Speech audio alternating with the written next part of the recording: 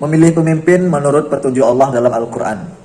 Yang pertama, syarat menjadi pemimpin itu harus memiliki kelebihan ilmu dan fisik. Secara ilmu, wawasannya luas, secara fisik, fisiknya prima. Dalam surat Al-Baqarah, surat yang kedua, ayat 247 berawal dari ayat 246.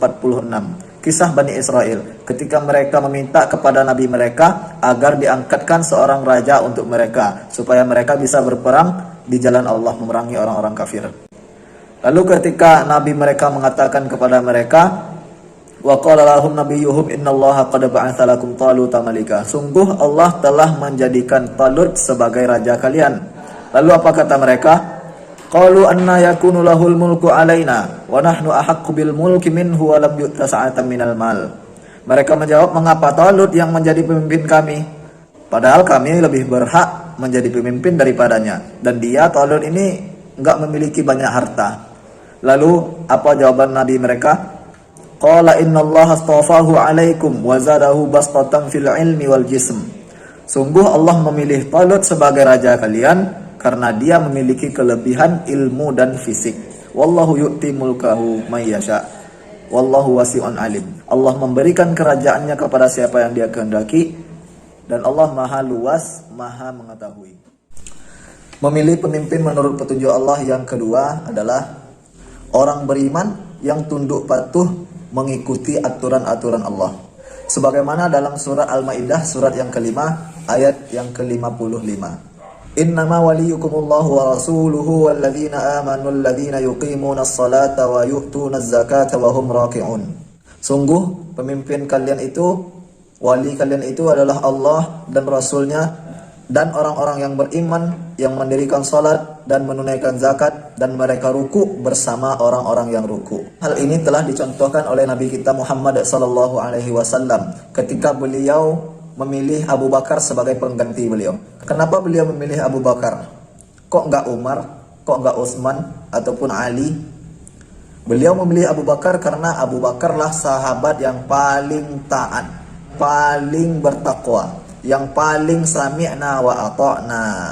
Ketika dia dengar langsung taat, enggak ada tunggu-tunggu, nanti-nanti, tunda-tunda.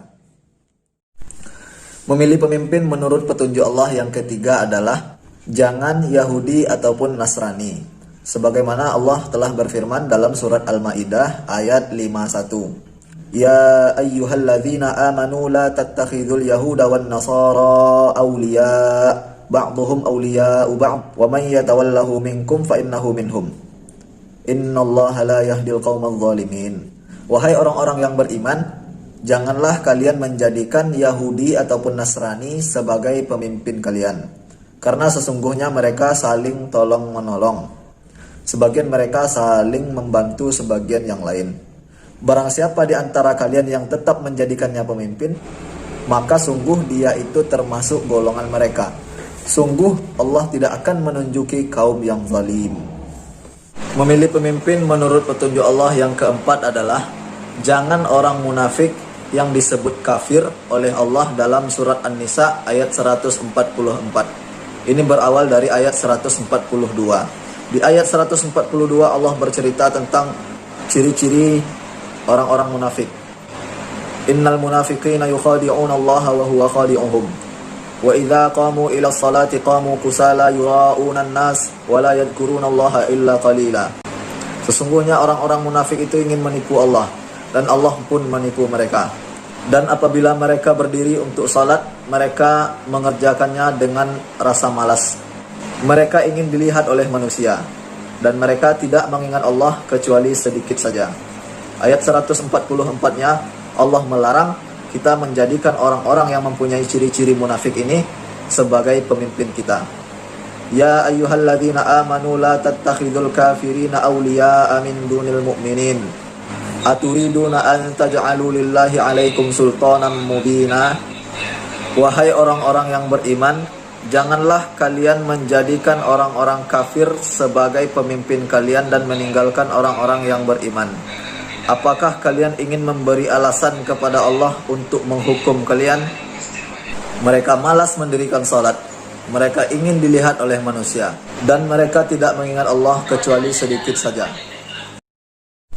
Memilih pemimpin menurut petunjuk Allah yang kelima adalah jangan pilih yang condong kepada kekafiran atau lebih mencintai kekafiran daripada keimanan, atau yang mendukung program-program orang kafir walaupun dia saudara kita, kerabat kita, atau bapak kita sekalipun.